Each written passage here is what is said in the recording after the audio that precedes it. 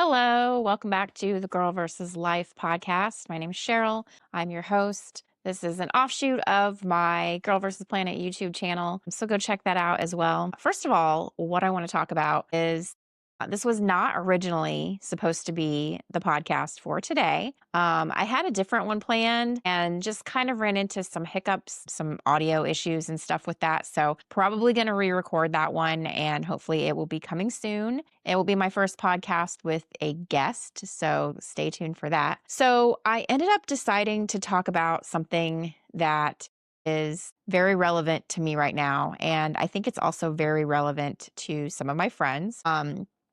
And that is perimenopause. And okay, I know that if any of you guys are listening to that, first of all, you're going, I'm not into this. I'm shutting it off right now. And I honestly hope that you won't do that and that you'll continue to listen. And the reason for that is because if you have females in your life that are in their probably ish, late 30s to early 40s, then you probably know somebody that's dealing with this right now. Quite honestly, they're probably not talking about it much, which is kind of sad because it is something that affects a lot of parts of your life. It affects your work, your relationships, mental health, and your daily life. And I mean, probably a lot of my female listeners know this, and a lot of them maybe even are dealing with this right now. I know that's something that really affects my life right now. And it's not talked about a lot, but whenever it does come up in conversation with friends that are my age, I know I'm not the only one that's dealing with it. And I know that it affects a lot of other people too.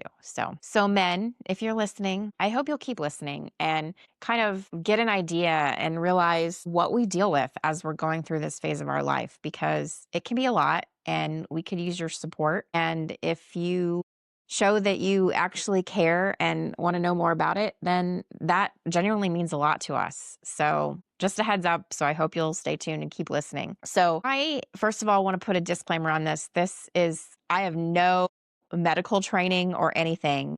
And this is only based on my own personal experience. And I don't claim to be an expert or even to know all that much about this other than what I am going through and dealing with myself right now. So just so you know, don't take any of this as just take it with a grain of salt. Don't take it as medical advice or anything like that. I just wanted to throw it out there and put it out there as something to talk about. I know that it is something that is uncomfortable for people to talk about. I don't know why. I mean, we talk about other things. It shouldn't be. Honestly, it's something that pretty much every woman, for the most part, will go through and have to deal with for years of their life. And it's a big deal. There's a lot to it. So I don't know why we don't talk about it more, but I think we maybe should. And this is not about fixing it, because I definitely don't have any solutions for that. I'm struggling with it on my own. And currently, as I mentioned before on the podcast, did a whole podcast about it. I'm unemployed right now and I don't have insurance at the moment. Hopefully I will soon, either on my husband's insurance or getting a job and getting my own insurance.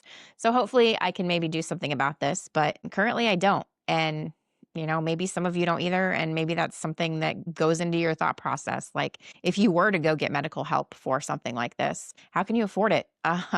It's tough. It's an issue in our country, in my opinion. Insurance basically it sucks, to put it honestly. So insurance, no insurance, medical care is expensive, and that's any kind of medical care. Uh, so let's talk about this. So what is perimenopause? Without getting into too much medical detail, when we get to that phase of our lives where we're nearing the point where our body is changing and we can no longer have children, we go through kind of a premenopause phase, which is perimenopause. And when I was a kid or a teenager, this was never something that I ever even gave a thought to. Nobody ever talked about it because it's years off. I mean, you don't think about it or talk about that. And as far as my mom going through it, I think she mostly suffered silently because I knew that she was having female problems at some point, but that was the gist of it. Female problems is really all I got out of what I knew about what was going on. I had no idea that this was even a thing. I didn't know that it was something that really changed a woman's body as far as the hormones and the different things that you go through when dealing with it. So I don't know that much about it. And I think recently just talking about it and even calling it perimenopause is something that started rather recently in recent years. And I think that's a good thing because at least from my own experience, it changes you a lot and it's a lot to deal with. So it does tend to last years. It's not just months. It lasts years because the official definition of menopause is not until you've had or you stopped having a period for an entire year, and you're not in menopause until that. Like, so it's not over with until you completely stop having your period for a year. And I'm not there yet. I'm in my 40s, so I know I'm experiencing some symptoms of getting there. I don't know how long it'll last. I don't know how many years I will have to deal with the changes and issues that this brings up, but most people are not warned about it. Like I said, obviously, this is not something that is tended to be talked about much at all. We didn't even start calling it this until recent years, I don't think. And it affects a lot. And the fact that we don't talk about it makes it even harder because I feel like we as women are not recognized that it is something that we go through, and we just tend to suffer in silence because nobody talks about it, because it doesn't even come up as an issue, and it's a big deal. I know I keep saying that, so I haven't really gone into what it includes. So yes, it is the long transition up into menopause. What happens during it? So from my own personal experience, I know there's a lot of things that can happen, a lot of symptoms. For myself, I've experienced things like my periods have gotten worse. They are more painful, more uncomfortable. They can last longer. They can be shorter. They are much less predictable. In general, the cycle is 28 days. I had one, and this was even a few years ago. So this was starting just a few years ago even, and I'm still going through it, and it's getting worse. But a few years ago, my cycle was only like 2 weeks. It happened unexpectedly, and I was like, wow, that's crazy. And I hope that doesn't happen often, and thankfully it hasn't. But this is such an uncomfortable topic to talk about, and I hesitate to even get into detail because I don't want to gross people out, and I shouldn't be afraid of that because this is just something that is part of life that we deal with. But what else can it affect? So it can affect your sleep. I've noticed that I sometimes get a good night's sleep and sometimes I don't. And I try to figure out what makes it good, what makes it bad. And it's all over the place. I can have it's so unpredictable. That's the hardest part of it.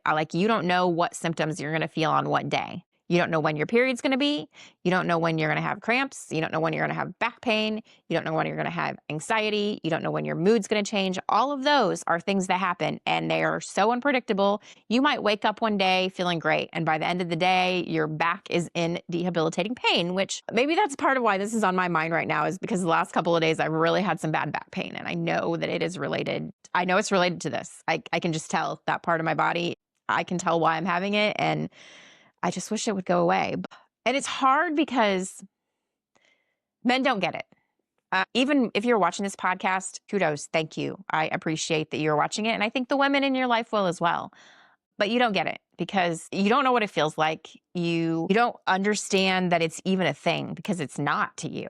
And so to see your wife dealing with it and not knowing or understanding it at all, it's hard because our husbands, our partners, if you're a female and you have a male partner and you're dealing with this, it's hard to go talk to someone about it that's never going to go through it.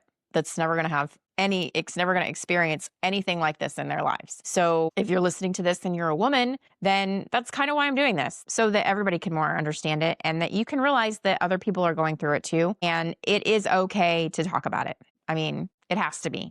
I mean, we're all in this together. And we may be different, but we all support each other and we should help each other through life because nobody has all the answers. So how are we ever going to do that without talking about things? So yeah, there's just so many things that you wouldn't even know or think that were related to going through this. And they probably are. I mean, I listed a lot of them: sleep issues, mood changes, anxiety, brain fog, body pain, cycle changes. It's a whole mix of different things, and it lasts for years, and we don't talk about it. So my own personal experience, I've said I'm in my 40s. I never really thought about this or expected it because my mom didn't talk about it. I didn't know what she was going through when she went through it. And as a young person, you kind of don't think about it. You don't know when it's going to happen. So you don't talk about it. You don't plan for it. I mean, it shows up before you really realize what it is. It can seem like it's just stress, or maybe, you just have a random pain, or you just have mood changes. And honestly, I think before I honestly, I think before I realized what it was, I kind of got mad at myself for it and frustrated. And I'm like, why am I moody? Why am I unmotivated? And it's such an unpredictable thing that it's almost hard to talk about. But I think by acknowledging it, it can be better. Letting other women know that they're not alone, I think, is important, and giving them a space to be able to talk to each other about it. So something else I want to address related to this is that when it starts affecting your life and it starts affecting your relationships, and if you're listening to this and you know me and you know like my life, then I'm not just sitting here saying all of this because I'm complaining about my own personal experience with like my husband or whatever. It's not that. I've talked to other women. I know that this is a common thing, that we all go through this, and that it's a hard thing for men to understand. It can cause friction and it can cause problems. And so that's why I'm opening the conversation up, because I think we need to talk about it. And I think that it is something that just needs to be brought into the light, because we shouldn't have to suffer in silence. We shouldn't have to just blame ourselves. We shouldn't have to make it so internal and something that we deal with on our own, because it's so hard to get through. I just think a lot can come from talking about it. So if you know somebody that's going through this, or just a woman in their 40s that's possibly going through this, and you probably don't know about it, it's a good thing to learn about it. Talk to them. I would say, see what they're going through. They'll be honest with you. They'll tell you what they're dealing with. I know from personal experience, they probably blame themselves, and they may just think that they're just unmotivated or moody or anxious, and they feel bad about it, and they really shouldn't. And just being there to support them and listen and ask and realize that they are going through something that you know that you can't understand can work wonders. So I would say, go easy on them. Go easy on yourself. If you're somebody that's going through this, don't have high expectations. If you wake up one day and you are just so tired and just moody and anxious and in pain, go easy on yourself. It's okay to rest. It is okay I know we all have responsibilities and things we need to get done, but sometimes priorities can shift, and there are things that can be put off until the next day, and that's okay. You may think I don't understand because I don't have kids myself, but just do what you can, do your best. And men in relationships with women that are dealing with this, same thing to you, like, go easy on them, like, help out where you can, don't have such high expectations. Maybe just,